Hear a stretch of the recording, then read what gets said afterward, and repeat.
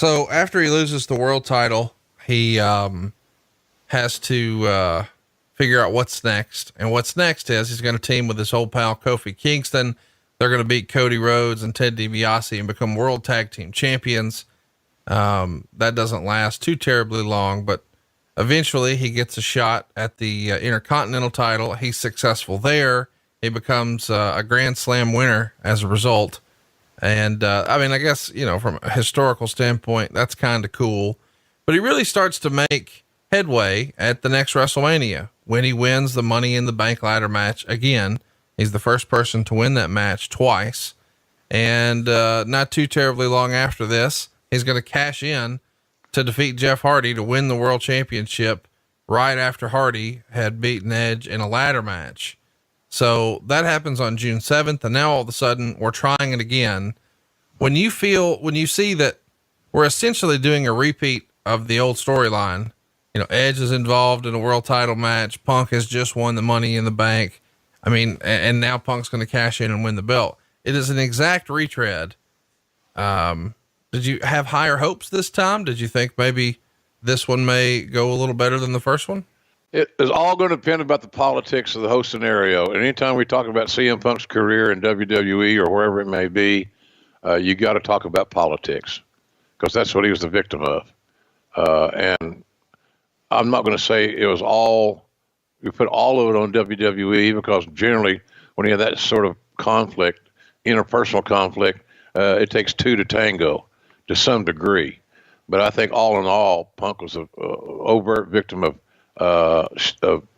unfortunate, ill-timed politics in his run at WWE. And despite of all that, in spite of all those pushbacks, look at the run he had. That shows you how good he really was. And I think the original, they're doing that angle over.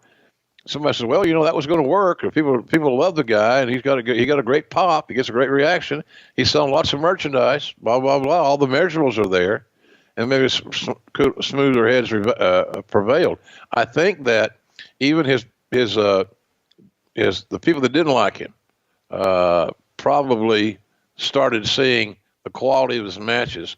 And the other thing is that when Undertaker was very happy to work with Punk and to have their program, and they had some really significant matches. That told me all I needed to know about Hayes' comment about a lot of the older talents didn't like the way he treated the belt or whatever it may be. I don't know what the hell that means.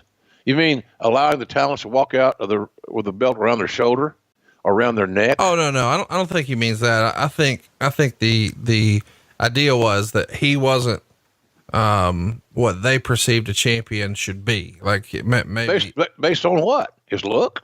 It gotta be, right. It's gotta be his look or his presentation or his demeanor, or I don't know. It's just weird that so many people are so sort of polarized by him, but he winds up flip-flopping the world title a little bit here with Jeff Hardy. We just covered what happened at the end of SummerSlam 2009. Of course, Jeff Hardy's going to leave for some greener pastures. Punk is going to win the belt back here only to be attacked by the Undertaker.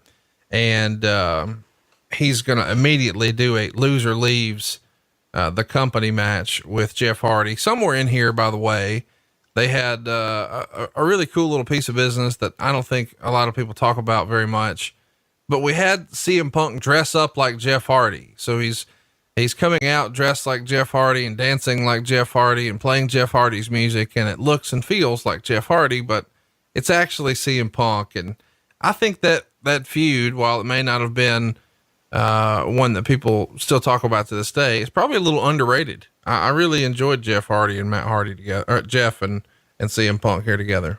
Yeah. Great chemistry. They got along well. They fit.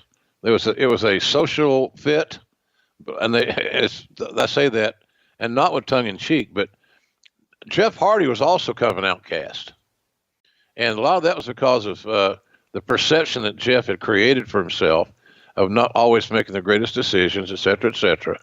But the irony of that deal too is that unlike Punk, it was very difficult to ever not like Jeff. Jeff was very likable, and he felt empathy for him for some of the struggles that he had, but no one could ever discount Jeff's ability in the ring. I love the Hardy Boy tag team, But in all due respect to Matt, who should be a great booker someday, or a administrator, Jeff was easy to like. CM Punk, personality wise, not so much. There was a difference there. But boy, when they got in the ring, they came together, those diverse personalities, and made some great music. Some of the more fun matches we had during that era was involving Hardy and Punk.